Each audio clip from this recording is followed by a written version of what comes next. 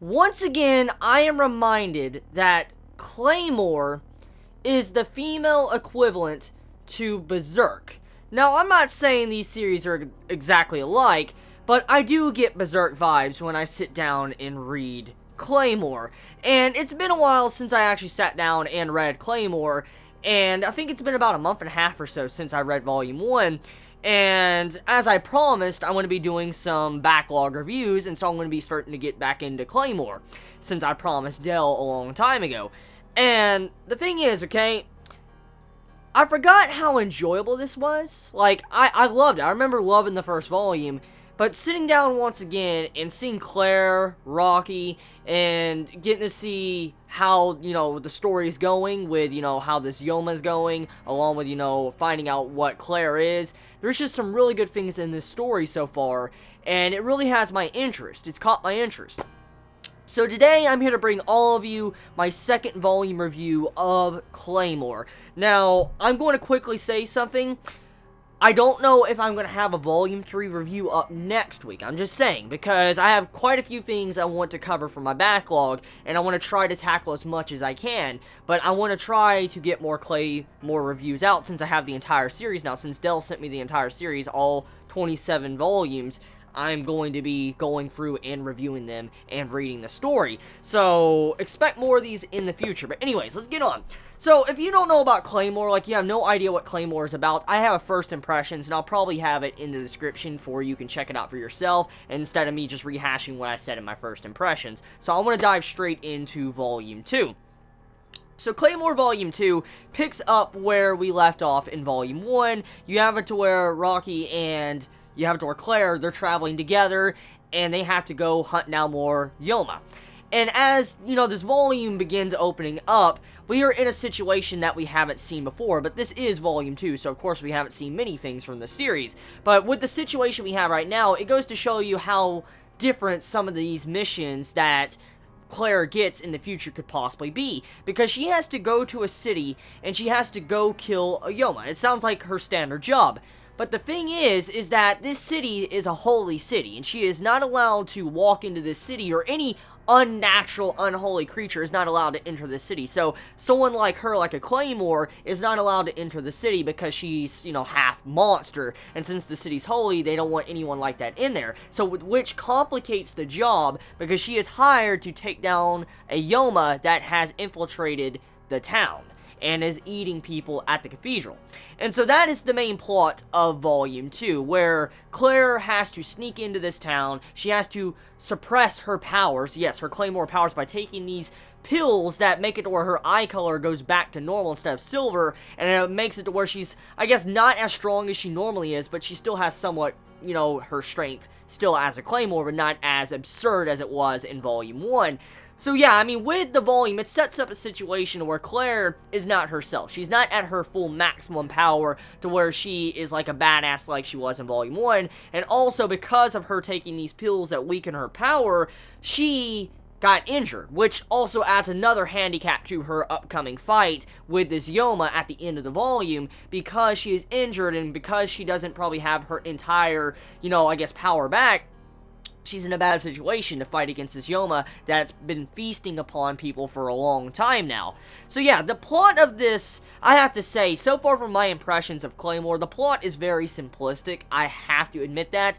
But for now though, what I think Claymore is trying to do as a series is introducing the characters, which it should, and it's trying to give us more characterization to Claire and Rocky. And from what I can see from this volume, the main points you want to pull out of this volume when it comes to Claire is that she is willing to just throw her life away. And we got that in the first volume, but it really becomes apparent with Volume 2 that Claire is willing to just throw her life away, not giving a shit, and, she does care about people. That was shown in the first volume, but you also see it once again in the second volume, where Claire does care about human beings, she does care about people around her, but she doesn't give a shit about herself. So she's willing to, just kill herself just to save everybody else, which is not a good thing. It's not a very good mentality to have. So Claire throughout the entire volume, or the last half of the volume, she's faced with an issue to where she wants to throw away her life to kill this Yoma. She doesn't care, but Rocky and these two soldiers, they start talking to her like, hey, you need to start caring for yourself, because, I mean,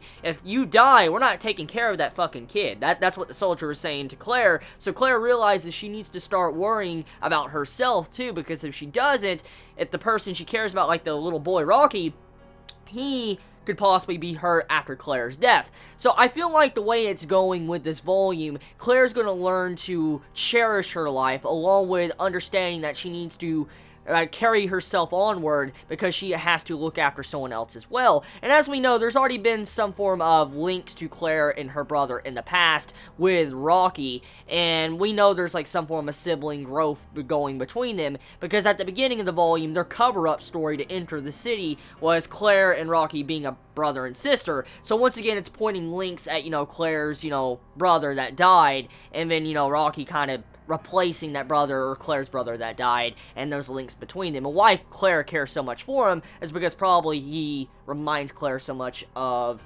her brother that passed away. Now, besides that, we come to find out that the Yoma that has infiltrated the town and Claire has been tasked to take down was actually a mummified body that was inside of the cathedral. And we get to see this body early on in Volume 2, and it didn't really dawn on me. Like, the entire volume, I thought it was going to be the head father, or the head priest, or the pope. Yeah, that's a better way. I thought it was going to be, like, the pope of the cathedral, and I'm like, that dude has to be it, the way he's done. But I was like, I couldn't really figure out why, Yoma, if he is the head priest, or, the pope, why would he summon a Claymore, even though he's just, hurting himself in the end? So I was thinking that the plot was going to go in a way to where the head priest, or the pope, since if he did, summon, the Claymore, and he was the Yoma, I thought he was going to try to feast on, Claire, because he wants to eat a Claymore. That's what I thought, was going with the plot. But then we come to find out that it was a mummified body, and that is what's killing everybody. So for now, though, the fight was not concluded with this volume. Like, it's left on a cliffhanger, and I badly want to actually go read the next volume, but it was still a very good volume, and I do hope we get more character development for Claire in the future. I mean, right now we have setup for development, but I hope it goes somewhere and it's just not cast to the side. But I have heard many good things about Claymore, so I don't think it's going to disappoint me, because many have told me in the past that this is a really fucking good shonen series that has really badass female characters. And badass female characters, no offense, it's kind of rare to see nowadays. Usually it's always just the main male character kicking ass and that's it. And seeing a main female character that is the main character going out there, kicking ass, holding her own, standing up for herself, just, it's something I love a lot. It's kind of rare nowadays. I mean, it happens, but it's rare. You don't see it much. And so seeing Claymore focusing around someone like Claire, it's great. And that adds an extra, little bit of, I guess, satisfaction while I read Claymore. So yeah, that's it. That is my, Volume 2 review of Claymore. Tell me your thoughts in the comments below. How do you all feel about my Claymore reviews? Like, should I do more? Should I not? I mean, just let me know in the comments below. And yeah, you all have a wonderful day or night wherever you live. Please be safe. Chibi out.